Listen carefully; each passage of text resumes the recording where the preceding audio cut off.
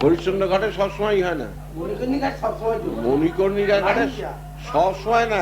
ঝড় বৃষ্টি বাদল বর্ষা আসি দেখবে যে মানে 15টি গঙ্গার মধ্যে নামানো আছে আর 15টি কি 16টি পোড়ানো হচ্ছে। আবার ওই 15টি উঠলে আবার 15 বৃষ্টি এসে গেল।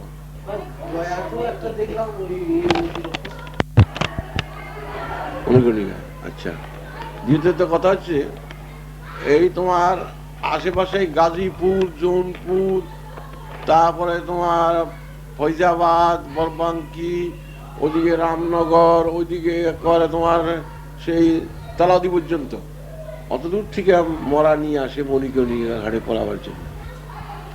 আর রামনগরের উপাসে তো মানে মরা মরতে দেয় না, বড় করে কি যাহাতক একটু অবস্থা খারাপ হবে সঙ্গে সঙ্গে এই পারে নিয়ে আসবে, কেন ওইটার অভিশাপ আছে মানে মায়ের।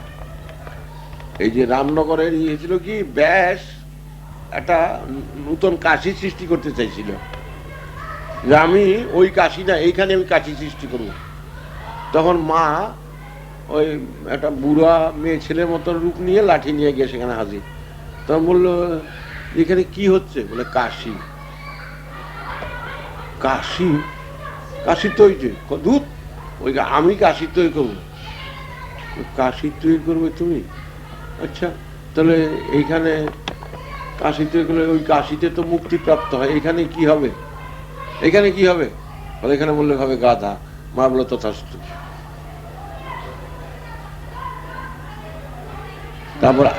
তারপর আর নাই। যার জন্য শিব সংহিতা দেখতে পাবে ওই মন্দিরের এখান দিয়ে যে দুধ গড়ায়, যেটা পিছন দিক দিয়ে মানে ঢাললে পরে সেখানে একটা ব্যাংক থাকতো। ব্যাংকটা ওই মানে দুধ আর ওই মানে চাউল টাউল ওইসব যা পড়তো ওইটা খাইয়া বেশ ফিলা ফেলেছিল। হঠাৎ করে ও কি মনে করিয়া ওইটার বাইরে গেছে, আমার সঙ্গে একটা চিল ওকে ছোবল মেরে উঠে নিয়ে গেছে পরে তাহলে নিচে নিচে দিকে রামনগরে নিয়ে গেছে, এবার তেও পারে উড়ে গেছে। তখন শঙ্করী বলল যে তোমার মস্ত বড় ভক্ত যে, তাকে তো মানে রামনগরই করলো, আর ওটা তো অভিশপ্ত, ওইখান থেকে গাধা হবে। মানে সর্বনাশ করছে কি করে? কাশী গঙ্গায় তো জোয়ার ভাটা খেলে না বেশি, বর্ষাতে জল বাড়ে পর্যন্ত, কিন্তু জোয়ার ভাটা খেলে না। তো শঙ্কর বললো তো হবে না, তুমি এক কাজ করো, গঙ্গার জল বাড়িয়ে দাও, বাড়িয়ে দিয়ে ওকে টেনে গঙ্গায় নিয়ে এসো। তো ওইখানে পড়ে আছে, ওকে টেনে নিয়ে এসো। জল একবারে উপচে গেল, রামনগর টাঙ্গর সব ধোয়ে নিয়ে গঙ্গায় নামাই নিয়ে আসলো, সঙ্গে ওকে নিয়ে আসলো ব্যাংকটাকে। ওই ব্যাংকটার জন্যই তো করলো ভক্ত। ব্যাংক মানে একটা ঋষি ছিল, অভিশপ্ত হয়ে ওইখানে শঙ্করের এখানেই ছিল, আশ্রয় নিয়েছিল যাতে কেউ ওকে না মারতে পারে। মানে মৃত্যুঞ্জয় শিব, তার কাছে তো মৃত্যু আসতে পারবে না। অনেক আমাদের শাস্ত্র বা ইতিহাস অনেক আছে, সবাই সব জানেও না, কিছুই না, আসে যায় ঘুরে ফিরে হয়ে গেল পর্যন্ত।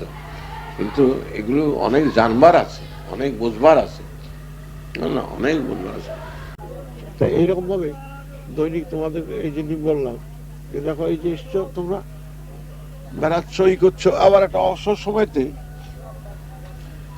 সময়তে বসে গুরু ভাইরা এক জায়গায় আছো যারা এই করো আলাপ আলোচনা, এই আলাপ আলোচনার মাধ্যমে কিন্তু আসে জ্ঞান। অবশ্য এরকম কিছু ই করবে না যে না অবশ্য আমি যা বুঝি ঠিক,